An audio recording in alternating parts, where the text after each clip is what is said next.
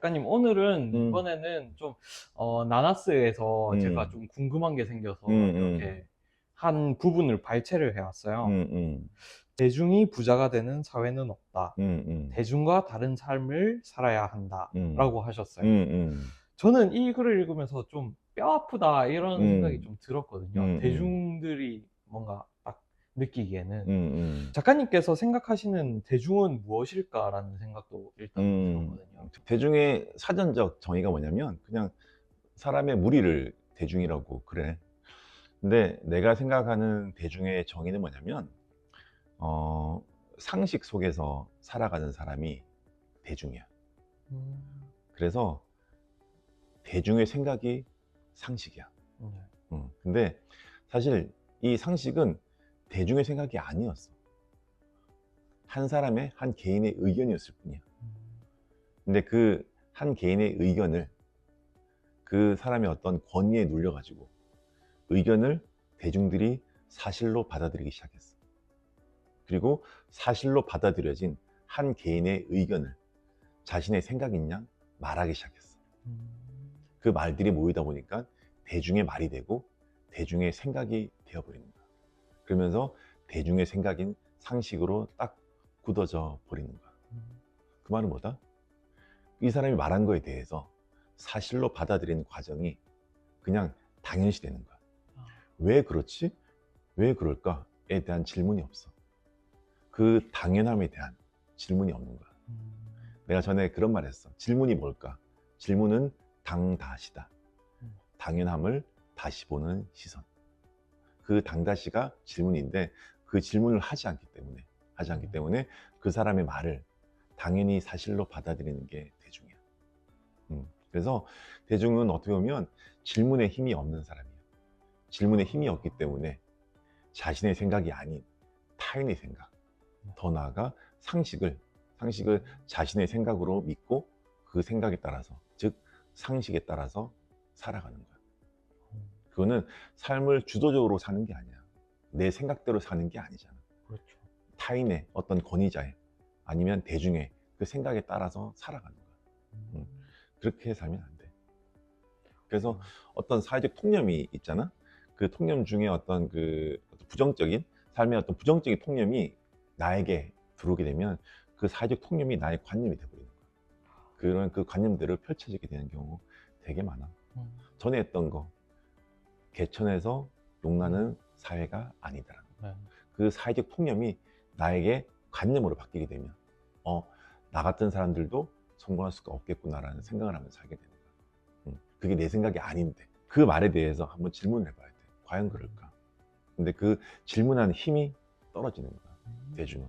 그래서 그 질문을 못하니까 그 사회 기득권들이 말하는 별로 안 좋은 이야기들을 그대로 받아들여 가지고 내 삶을 그냥 남의 생각과 남의 시선으로 살아가 버리는 거야. 음, 그러면 주도적으로 살 수가 없어. 그렇죠. 그 삶의 주도성이 없어지게 되면 우리는 부자가 될 수가 없어. 그래서 대중이 부자가 되는 사회는 없는 거야. 아, 그 어떤 시대와 그 어떤 역사를 우리가 봐서라도 대중이 부자가 되었어 라는 말을 들어본 적 없어. 음. 음, 그러면은 사실 요즘 유튜브나 책이나 보면 자기 개발에 대한 그런 것들이 너무 엄청나게 많잖아요. 음, 뭐 틀을 깨라 음, 하면서 좋은 책들도 많고, 나나스도 그 중에 하나일 음. 것 같고요. 그런데 왜 대다수의 대중들은 그 대중에서 벗어나지 못하는 걸까요? 결국 두 가지인데 실제로 책을 읽는 사람들이 많이 없어. 어. 그리고 질문하는 사람들도 없어. 음, 독서와 질문이 핵심적인 거야. 독서를 통해서 내 언어가 풍부해지는 거. 음, 그리고 질문을 통해서 나의 생각이 풍부해지는 거. 그 두 가지가 핵심이야. 아, 언어가 많아지게 되고 내 생각이 깊어지게 되면 그 언어와 생각을 통해서 나의 삶을 주도적으로 이끌어갈 수 있는 힘이 생겨. 음, 음. 그런데 사람들은 책도 안 읽지, 질문도 안 하지. 언어가 빈약해지게 되고 음, 생각을 안 하니까 그 생각을 남의 생각으로 차용해 버리는 거야. 그게 대중의 삶이거든. 아. 그렇게 살면 안 돼. 내 생각으로, 나의 언어로 살아가야 돼. 그러면은 저희 구독자분들도 음. 질문을 하나씩 하게 해야 되겠네요. 그렇지. 그러니까 본인만의 생각을 또 만들어내야 된다. 이런 그렇지. 말씀인 것 그 같아요. 다음에는 우리 구독자님들의 질문을 한번 쭉 받아와가지고 네. 뭐 그걸 한번 이야기해보는 시간. 네. 우리 구독자님들이 뭘 궁금해하는지 나도 궁금하거든. 음. 그런 걸 한번 받아서 한번 이야기를 해보는 시간을 가졌으면 좋겠고. 구독자분들의 질문이 있으면은 제가 음. 좀 컬렉팅을 아, 해보도록 그렇게 해보겠습니다. 그렇게 해보십시오. 네. 네. 그러면은 대중에서 벗어나기 위한 방법, 이제 음. 어떻게 보면 독서, 음. 질문, 음. 거기서 조금 더 챙겨볼 만한 게 있을까요? 결국 독서와 질문을 통해서 결국에 높아지는 건 나의 시선이거든. 네. 그러니까 언어가 많아지게 되면, 풍부해지게 되면 나의 시선이 높아지게 되는 거야. 질문을 하면서도 나의 시선이 높아지게 되는 거야. 그 시선을 높이는 게 핵심이야. 음. 우리가 삶의 시선이 높아지게 되면 우리가 해결할 수 없는 문제가 하나도 없거든. 그래서 그 독서와 질문이고, 그 독서와 질문 플러스 결국 운동과 명상이야. 그 운동과 명상을 통해서 높아진 시선을 유지할 수가 있는 거야. 내가 그게 왜 삶의 기본기라 그러냐면, 그냥 우리가 뻔하게 그냥 운동해라, 독서해라, 명상해라가 아니라 그걸 통해서 우리의 시선이 높아지기 때문에, 그 높아진 시선이 바로 메타인지의 눈이고, 나를 볼 수 있는 그 힘이 생기는 거야. 내가 뭐를 잘하고 뭘 못하는지 알아야지만이 나를 더 성장하고 성취할 수 있잖아, 뭔가를. 그래서 그 시선이 높아져야 되는데, 그 시선을 높이는 가장 중요한 기본기가 독서, 운동, 명상이에요.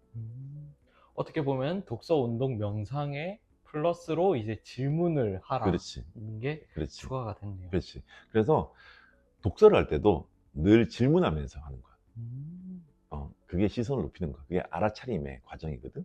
독서를 하면서도 내가 무엇을 읽고 있구나, 내가 뭘 알고 있구나, 그 질문을 통해서 알 수가 있는 거고, 운동을 하면서도 질문하는 거야. 나 지금 어떤 근육을 쓰고 있지? 내가 어떤 자세를 취하고 있지? 내가 어떤 밸런스를 잡고 있지? 눈을 밖으로 향하던 시선을 나의 몸으로, 안으로 돌리는 거잖아. 그게 질문의 힘이야. 그러면서 운동을 하면서도 시선을 높일 수가 있어. 명상도 마찬가지야. 내가 지금 어떤 걸 느끼고 있지? 어떤 생각이 올라왔지? 어떤 발가락이 아프고 어떤 허리가 아프고, 이런 것들을 스스로 질문하는 거야. 그 질문하는 과정을 통해서 우리는 알아차릴 수 있는 그 힘이 생기는 거야. 그래서 질문이라는 거는 따로 생각할 게 아니라 네. 독서하면서, 운동하면서, 명상하면서 그 질문을 함께 할 때 더 빨리, 더 높이 우리의 시선을 높일 수 있는 거야. 근데 저 질문이라는 거에 대해서 생각을 하니까 딱 떠오르는 게, 한국 사람들은 질문하지 않는다라는 말이 떠올랐거든요. 그게 뭐 때문에 그럴까요? 좋은 질문을 해야 된다는 강박일까요? 어떤 아니야. 것 때문일까요? 언어가 부족해서 그래. 아, 언어가 부족하다 보니까, 책을 안 읽다 보니까 일단 독해력이 떨어져. 독해력이 떨어지고 문해력이 떨어지다 보니까 사람과의 소통력도 떨어져. 단어를 구사하지 못하기 때문에. 내가 단어를 구사하지 못하기 때문에 질문도 못하는 거야. 그리고 단어에 대한 이해가 떨어지다 보니까 이 사람이 무슨 이야기를 하는지를 잘 모르는 경우도 있어. 최근에 심심한 위로라는 게, 네. 그게 약간 이슈가 된 적이 있었거든. 네네.